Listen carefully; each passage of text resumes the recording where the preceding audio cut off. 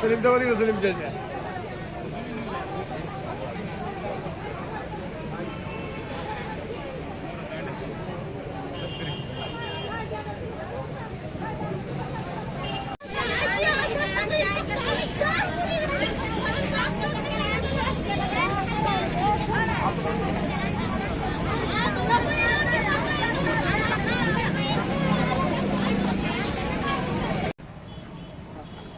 आमच्या आजोबाचा खून झालेला खून झालेला शेतीचं जुनं प्रकरण होतं. आजोबाचं एकनाथ बी महाराज नाव आहे. शेतीचं जुनं प्रकरण होतं. ह्यांच्या नावावर 7/12/18 पूर्ण क्लिअर आहे. एवढं क्लिअर असताना बी त्यांचं ते वहिवाटून खात असताना बी इथं माझंच आहे, इथं हेच आहे, तुम्ही इथं यायचंच नाही तर तुम्हाला जीवच मारतो असं त्यांना सारखं धमकी यायला लागल्या त्या लोकांच्या. धमकी यायल्यावर ह्यांनी काय केलं, आपली जी तक्रार आहे दिवाळीने ह्याच्यामध्ये आपल्या कोर्टामध्ये केली. मग कोर्टातले जेवढे निकाल आहे ते पूर्ण निकाल ह्यांच्या बाजूने आले आणि कोर्टाने आदेश जारी केला की बाबा ह्यांची एकनाथ महाराज यांची जमीन आहे, ह्यांच्या वहिवाटून खाऊ द्या आणि जे आरोपी आहेत ते 7-8 जण ह्यांच्यावर ह्यांनी जर तिथं वहिवाटून खाताना अडथळा जर करीत असेल पोलिसांनी कारवाई करण्यात यावी. कुठलं प्रकरण आहे? काय केलं मग आम्हाला काय केलं, आम्ही 8 दिवस मग त्याच्या धमक्या यायला लागल्या निकाल लागल्यावर. मग 8 दिवस आम्ही पोलीस स्टेशनला चक्र मारतो, आम्हाला धमक्या यायला ते आमच्या जीवाला धोका आहे. मग जी PSI आहेत आणि जी बीट अंमलदार जी काय लोखंडे मॅडम आहेत त्यांनी दखलच घेत नाही. त्यांना आम्ही तक्रार द्यायला गेले की त्यांनी वकिलाला फोन लावायचा. वकिलांना फोन लावला त्यांनी वकिलांनी काय सांगितलं की लगे आम्हाला लगे सावत्र भावाची वागणूक द्यायची. तुमचं काय ना आम्ही सांगितलंय त्यांना, आम्ही बोलून घेऊ, तुम्ही तर थांबू नका. फोन केला की शांत बसायची, पोलीस स्टेशन म्हणजे त्या वकिलाचं घर आहे असा विषय झाला. ठीक आहे. कुठलं प्रकरण आणि कधी घडलं होतं? मध्ये काय आणलं इथं? डेड बॉडी आहे ॲम्ब्युलन्समध्ये आणि आम्ही डेड बॉडी आम्हाला SP साहेबांना सुद्धा भेटू देत नव्हती. पोलिस भेटू देत नव्हते आम्हाला इकडे यायचं होतं. ते सोलापूरून पेशंट येताना 4 वेळेस गाडी अडवली, मागे पुढे गाड्या लावून तिकडे गाड्या घेऊन गेले. प्रकरण कुठलं आहे आणि कधी घडलेलं आहे? प्रकरण घाटंगरीचं आहे. रविवारी घडलेलं आहे. रविवारी घडलेलं आहे आणि पंचनाम्याला सुद्धा आले नाही तिकडून. जेव्हा माणूस आज केला पंचनामा. मला मारलं शेतात दिवसापासून आमच्या हाड देवाच्या पाया पडायला आल्यावर सासऱ्याला आमच्या मारलं आणि हीच केलं. झाडच वागू देत नाही. कोणच केला 10-15 जणांनी.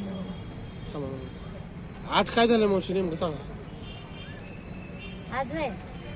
आज गेली आज त्या खुनाप्रमाणे ज्या दिवशी मारलं आमच्या आजोबाला त्याप्रमाणे आज आम्ही त्यांना सिव्हिल हॉस्पिटल सोलापूर या ठिकाणी दाखल केलं होतं आणि तिथून आम्हाला डेड बॉडी वापस आली. त्यानंतर आमचे आजोबा मयत झालेले आहेत. त्यानंतर आम्हाला न्याय मिळाला पाहिजे म्हणून आम्ही आरोपी असतील पण त्यांनी काय प्रोसिजर केली त्या अटक झाली नाही, त्यामुळे आम्ही आमचा न्याय मिळण्यासाठी इथपर्यंत आलो आहे. काय इथं काय आणलंय? इथं आम्हाला न्याय प्रेत आणले. पुढे काय आता आम्हाला न्याय मिळाला पाहिजे. बॉडीचं काय आता?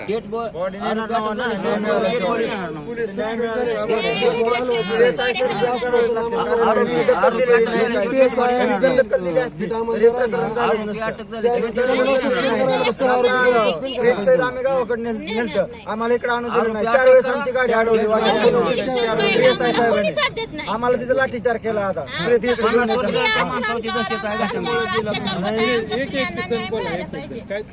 आम्ही स्त्री आहोत, ही माझी चुलती आहे, मी त्यांची मुलगी आहे. आमच्यावर अत्याचार होत आहे. तो माणूस आम्हाला त्यांच्यापासून जीवाला धोका आहे. ह्या माझ्या चुलतीला त्या माणसाने 3-4 वेळेस मारलेला आहे.